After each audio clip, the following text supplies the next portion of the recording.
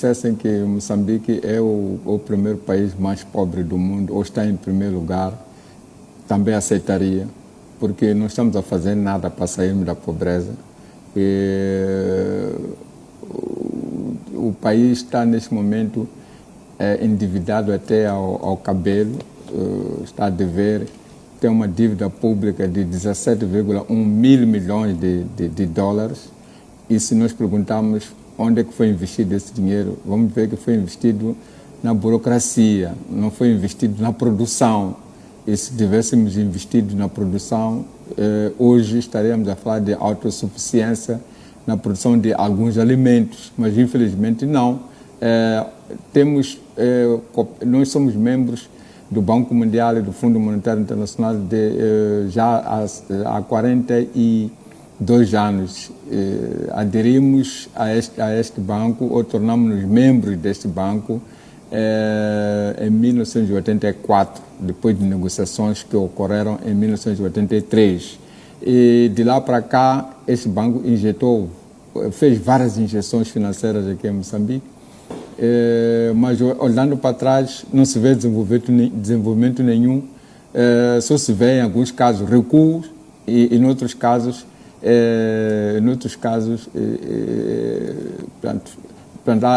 ou recuos ou estagnação, pura e simplesmente. Então, não há nenhum esforço da parte de quem governa o país ou da parte dos próprios financiadores em que Moçambique saia dessa situação. E mesmo o Banco Mundial, não estou a ver um projeto sério de desenvolvimento da agricultura, por exemplo, ou de desenvolvimento da indústria, que este Banco Mundial tenha financiado de 84 para cá. O que aconteceu foram imposições atrás de imposições, que às vezes algumas dessas imposições conduziram-nos ao abismo. Hoje não temos indústria de caju forte, mas já tivemos no passado, por causa das políticas do Banco Mundial. O Banco Mundial que apareceu a dizer a impor que a castanha de caju tinha que ser exportada em bruto. Então todo mundo passou a exportar em bruto. E as fábricas, grandes fábricas que nós tínhamos aqui em Moçambique, como é o caso de Incaju, como é o caso da Mocita no Xai-Xai e de tantas outras em Manjacaze e em Nampula, fecharam as portas porque já estava na moda exportar a castanha de caju em bruto. Depois, quando nós alcançamos a independência, tínhamos uma nata de indústria aqui em Moçambique, indústrias que produziam, tínhamos indústrias para quase tudo, menos a montagem de viaturas. Tínhamos indústrias alimentares, indústrias ligeiras e pesadas, indústrias alimentares e bebidas, calçado, produzíamos melhores pneus aqui na região que até exportávamos para a Europa, produzíamos roupas, enfim, tantas coisas, tantas indústrias. Essas indústrias fecharam as portas. É verdade que, em alguns casos, foi por uma gestão, mas para outros foi por falta de políticas de apoio a esta indústria que estava a operar com matéria-prima importada e usando divisas e que o produto final chegava a ser mais caro do que o importado e então não aguentaram com a concorrência. Mas se tivesse havido interesse da parte do Banco Mundial em apoiar projetos concretos para um incremento da indústria, teriam-se encontrado formas de proteger as indústrias contra choques externos, mas não é o que aconteceu. Pelo contrário, o Banco Mundial apareceu a dizer que a mostrar-se contra a proteção a medidas protecionistas, e dizendo que é preciso deixar que o mercado se regule, sendo que Moçambique já estava na economia do mercado. Então, as empresas, porque não havia políticas apropriadas para protegê-las de forma que se protegessem contra a esses choques externos, fecharam as portas e despediram centenas ou milhares mesmo de trabalhadores. Então, não estou a ver aqui um projeto sério de desenvolvimento do país, não estou a ver. Temos vários regadios que estão subaproveitados na área agrícola. Aqui no sul temos... Mas é aí onde eu queria, de facto, chegar. Primeiro, o senhor concorda que somos o país ou dos países mais pobres? Concordo plenamente. Que, no seu ponto de vista, o Banco Mundial acertou. Mas eu pergunto como é que é possível que isto aconteça num país com vários recursos. Afinal, o que é que está a nos tornar pobres em Moçambique? O que está nos a tornar próprios somos nós próprios que não estamos a ser sérios. Somos nós próprios que não temos um projeto de desenvolvimento para este país. Mas, senhor, vamos se calhar segregar isto. Nós próprios seria efetivamente quem? Será que um Alfredo normal, um João normal, não, estou a falar um Vasco Dava jornalista, um Chiur jornalista, um telespectador simples que nos está a acompanhar que está a fazer de Moçambique pobre? Não, estou a falar do ponto de vista governamental. Do ponto de vista governamental que não vejo, não tenho visto um projeto. Nos tempos de Samora Machel até que havia alguns projetos grandes mesmo, como o teste de Mucuba, o projeto dos 400 mil hectares na Zambésia. Tinha alguns projetos grandes e também apostava-se muito aqui no Chocwe que tem um potencial bastante grande na produção do arroz. Lembro-me de termos ido lá em atividades escolares para ajudar a cortar o arroz, a cefar o arroz no Chocwe. O próprio presidente Samora foi lá participar nessas jornadas, porque havia tanto arroz que estava a ser produzido no Chocwe. Mas... o senhor poderia ser mais direto, porque disse nós mesmos é que estamos a tornar o país pobre. E perguntei-lhe, um João normal, um Dava normal, um Chiuri normal, disse não, do ponto de vista governamental. Está-se a referir ao quê exatamente? Seja direto, Chiuri. Não, estou a falar do governo. Quando digo governamental, estou a falar do governo. O governo é que tem que nos apresentar um projeto sério de desenvolvimento. Está a dizer que o governo é que nos está a tornar pobres em Moçambique. Não, quer dizer, a falta de um projeto sério de desenvolvimento é que faz com que o país não saia da pobreza. E quem tem que definir isso não é o cidadão comum, é o governo do dia, o governo que está, portanto, nesse momento, que está a governar o país. Então, o governo é que nos está a tornar pobres? Não é o governo que está nos a tornar pobres, é o fato de não existir um projeto sério definido pelo governo. Afinal, quando diz nós mesmos é que nos estamos a tornar pobres. É que quando a gente diz governo que estamos a tornar pobre, tem um sentido. Dizer que está a faltar um projeto por parte de quem governa para tirar o país da pobreza tem um outro impacto, tem um outro sentido. Então, se calhar faria a pergunta de uma outra forma segura. Quando diz nós mesmos é que nos estamos a tornar pobres, está-se a referir a grupo de pessoas ou não?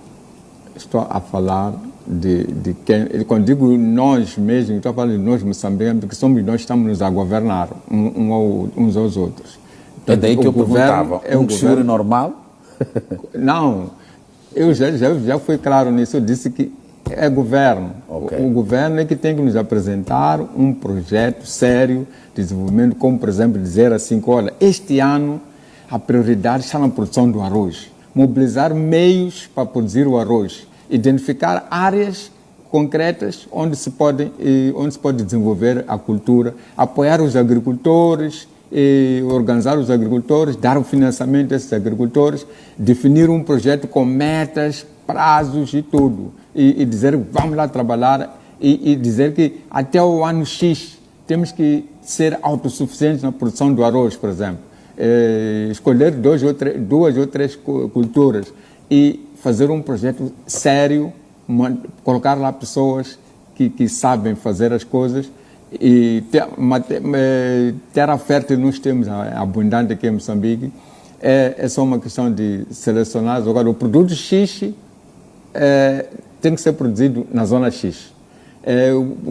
O arroz é na zona X, zona X. Então, desenvolver esse projeto, financiar esse projeto, tenho a certeza absoluta de que se nós fizermos isso, em pouco tempo podemos sair podemos sair da crise alimentar, podemos deixar de ser um país marcadamente de importação, que vive só de importação, quando temos água abundante, temos terra abundante e fértil, temos regadios, como eu estava a dizer, que temos regadio do Baixo Limpopo com 40 mil hectares infraestruturados, temos o regadio do Chocó com 200 quilômetros de extensão, lá mais acima temos o Nguri em Cabo Delgado e tantos outros regadios que estão neste momento subaproveitados, não se faz quase nada, estão aí.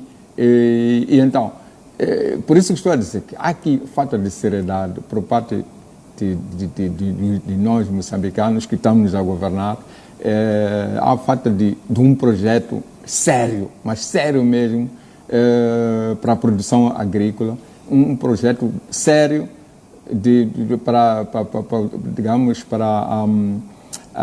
para tirar o país da pobreza, que passa por também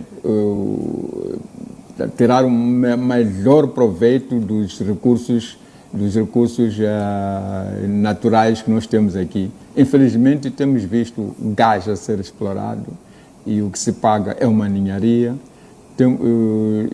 O gás está a ser explorado aqui, ao lado, aqui portanto, em Panda e Temane, aqui em Inhambane. Em 10 anos de exploração do gás aqui em Inhambane, a Sasol pagou 38 mil milhões de meticais. A pergunta que eu faço é: será que esse dinheiro é suficiente, justifica-se? Ou esse dinheiro poderia até ser pago mensalmente? Porque quanto gás está a ser bombeado? Será que temos noção da quantidade de gás que está a ser bombeado de Inhambane para a Secunda? Ou não temos o controle sobre essa situação? Conseguimos mesmo ter digamos assim, um contador em que a gente sabe que foi X quantidade de gás e custa X. Será que temos esse controle? E será que temos também lá no Rovuma, naquela plataforma que foi montada lá, que está a explorar gás no alto mar? Será que temos o controle? Sabemos qual a quantidade de gás está a ser exportado para fora e qual é o valor disso? Então, penso eu que nós temos recursos minerais, mas não nos beneficiam devidamente. Tiramos muito pouco proveito. Quem está de facto a ganhar com a produção e exportação dos recursos minerais são algumas pessoas estão ligadas, algumas pessoas de nomenclatura política que são sócios em alguns megaprojetos. Esses sim tiram o melhor proveito, mas o Estado moçambicano... Mas quem são, senhor? Não tenho aqui nomes, dizer que é o fulano, mas existem, estão lá, e são sócios e ganham muito dinheiro com isso, como ganham também na exploração do ouro. Eu nunca vi a cor do ouro moçambicano, mas andam por aí. Ouro, temos rubis que são bastante apreciados a nível mundial. Não sei se pagam impostos justos ou não, qual é o proveito que Moçambique tira da exploração das pedras preciosas e dos recursos minerais. Mas nestes recursos minerais, Segura, o que efetivamente estaria a falhar? Questões que têm que ver com liderança, gestão, ou os contratos que nós temos ou que nós assinamos é que nos estão a prejudicar?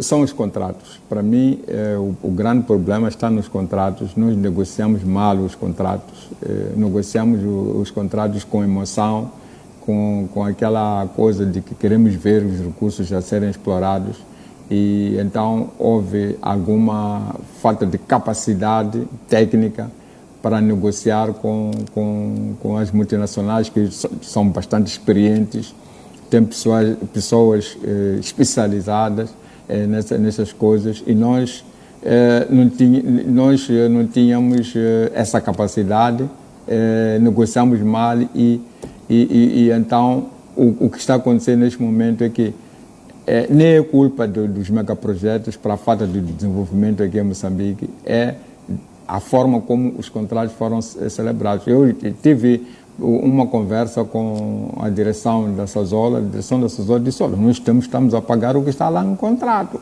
e não temos estado a falhar no pagamento. Então, se não há desenvolvimento, o problema não é nosso, o problema é do governo, o governo ou do Estado moçambicano, que não faz retenção, por exemplo, na fonte de algum dinheiro que é para resolver o problema de estradas lá na província, resolver o problema de água e outras necessidades das populações.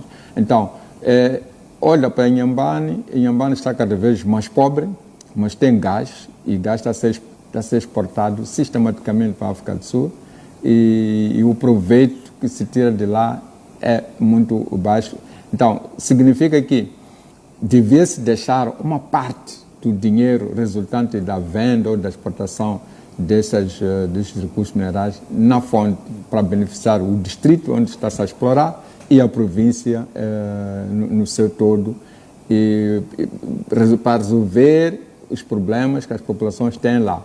Mas não é o que acontece. O dinheiro sai dali, é colocado num único saco, e depois fica diluído lá nas despesas do próprio Estado. Então, por essa razão que os candidatos às presidenciais, nomeadamente Venâncio Mondlane e o próprio presidente Chapo, fizeram promessas ao povo moçambicano, no sentido de que quando chegasse ao poder, ou se chegasse ao poder, haviam de rever essa situação. Primeiro, prometeram renegociar os projetos, ou os contratos com os megaprojetos, que é para tentar corrigir os erros cometidos.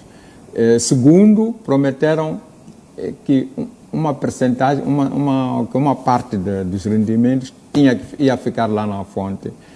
Se não me engano, o presidente Chapo teria, quando candidato, teria prometido 10% do valor, portanto, que ficaria lá, em que 7,25% ficaria na província e 2,75% no distrito.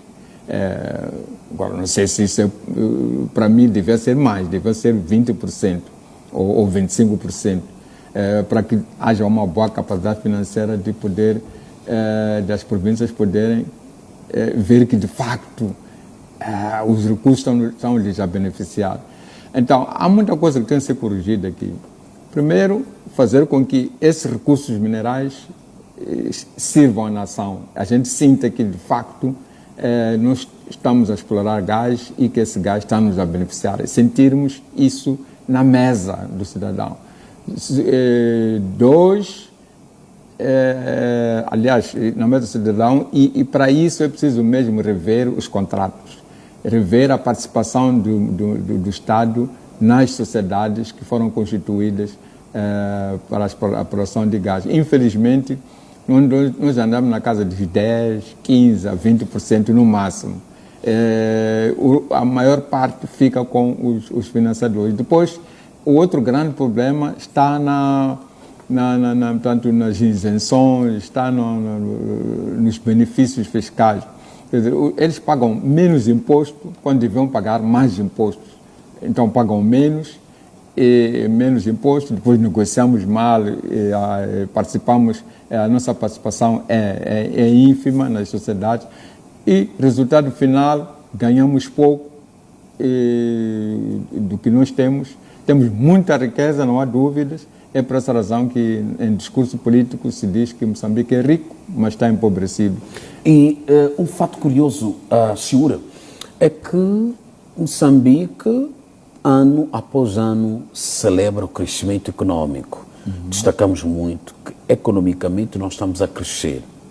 E também destaca-se este último relatório do Fundo Monetário que disse que Moçambique é dos países, a nível da região, que mais gasta com massa salarial. O que significa, ou melhor, os moçambicanos pensavam que, se calhar, com isto, significasse que estamos bem posicionados. Afinal, não.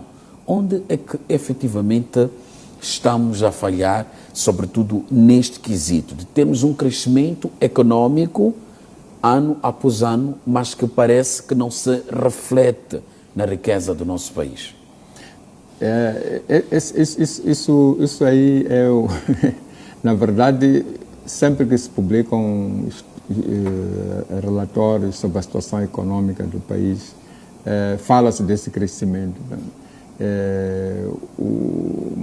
É um crescimento que só os economistas é que vê. E nós, população ou público, não conseguimos perceber, não se faz sentir esse crescimento que tem sido propalado aí por economistas. Falam às vezes de 2%, 3%, 5%, 7%. Então eu pergunto, mas se há crescimento, por que continuamos, por que a minha vida como moçambicano não melhora?